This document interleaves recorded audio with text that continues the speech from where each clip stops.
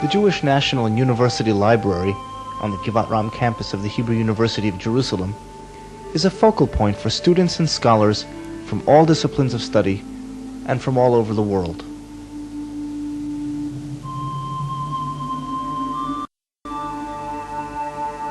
In 1984, Mordechai Ardon presented the city of Jerusalem with a stained glass structure measuring over 100 square meters. This was permanently installed in the Jewish National and University Library, seen here on the eve of the window's construction.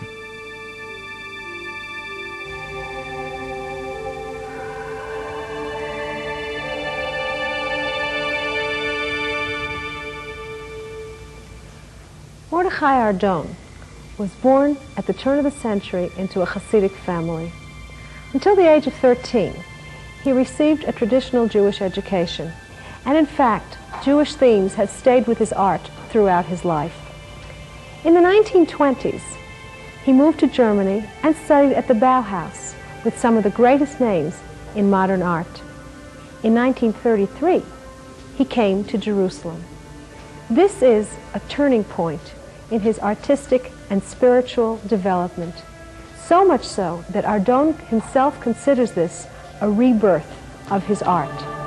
It is therefore fitting that the gift of this beautiful window should come to Jerusalem to commemorate 50 years of his arrival here.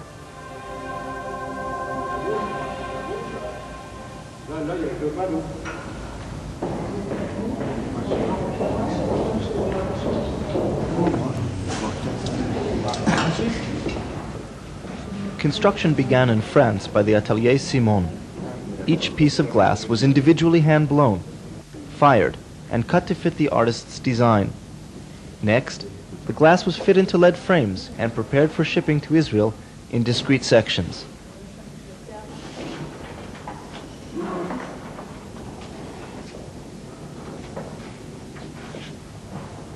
A special armature, designed to withstand even the pressures of sonic booms, was prepared at the library to hold the windows in place.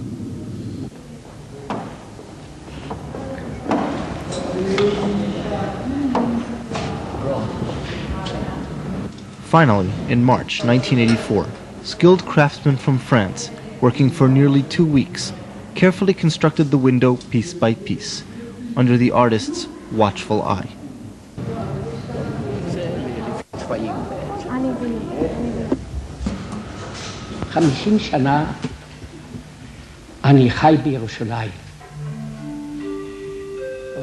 I have lived in Jerusalem for 50 years.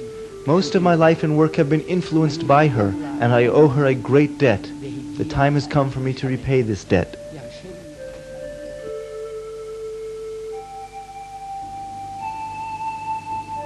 The central theme of the windows is Isaiah's prophecy of the redemption. A section of the prophecy, as found in the Dead Sea Scrolls, appears in the lower portion of the center panel. The special parchment color used by Ardon for the prophecy is not a standard color in the stained glass repertoire and was created with great effort in accordance with the artist's requirements. The design of this segment is reminiscent of the city of Jerusalem, the city that is both central to the redemption and a major influence on the work of Mordechai Ardon.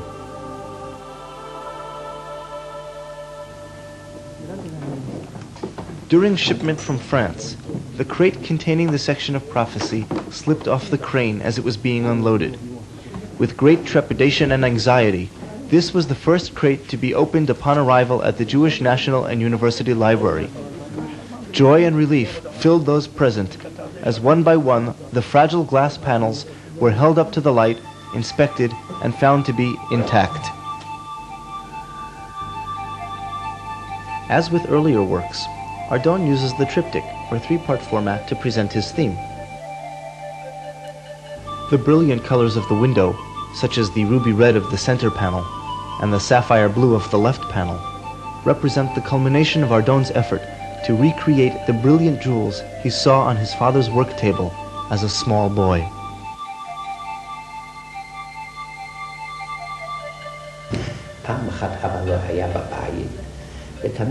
Once I remember when I was a small boy, I was attracted to forbidden things. When my father wasn't home, I opened up his work drawer.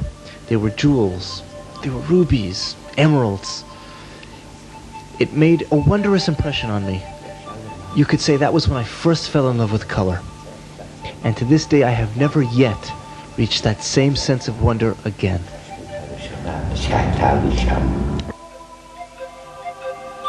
Evidence of his desire to achieve these colors with paint are apparent in an earlier triptych, The Gates of Jerusalem. Here too the use of Hebrew calligraphy and Kabbalistic symbols are apparent. But the effect reaches a new dimension in the window where glass and sunlight harmonize, forming a radiance and saturation not possible in other media.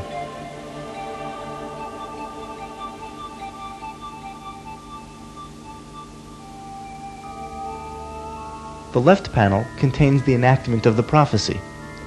And many people shall come and say, Come, let us go up to the mountain of the Lord, to the house of the God of Jacob. Here we see the passage translated into different languages, all intertwined as they ascend toward the sapphire blue sky, surrounded by stars and the heavenly bodies. The redemption, set against the vastness of space, accents the greatness and universality of the passage. The middle panel reflects the artist's view of Jerusalem. Words are woven into the walls, as the earthly city is composed of its spiritual parts.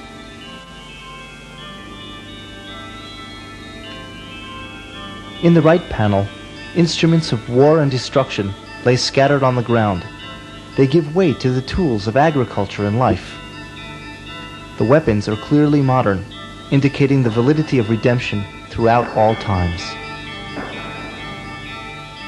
The Ardon window is the product of the artist's lifelong desire to achieve that special intensity and brilliance of color only possible through the unique medium of stained glass. The artist is in effect painting with light, creating a living, breathing work of art which never appears the same twice to any viewer. It is in fact a unique monument to the artist's capacity for creating a work of art once in a lifetime of such intense beauty and magnificence.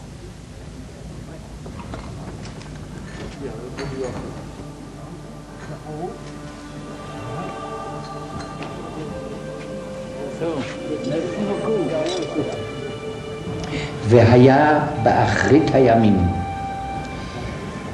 נכון יהיה הר בית אדוני בראש הערים ונישא מגבר. And it shall come to pass in the end of days that the mountain of the Lord's house shall be established as the top of the mountain and shall be exalted above the hills, and all nations shall flow into it.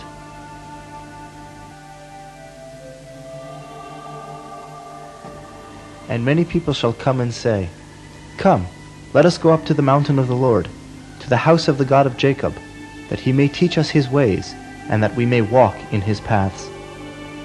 For out of Zion shall go forth the law, and the word of the Lord from Jerusalem.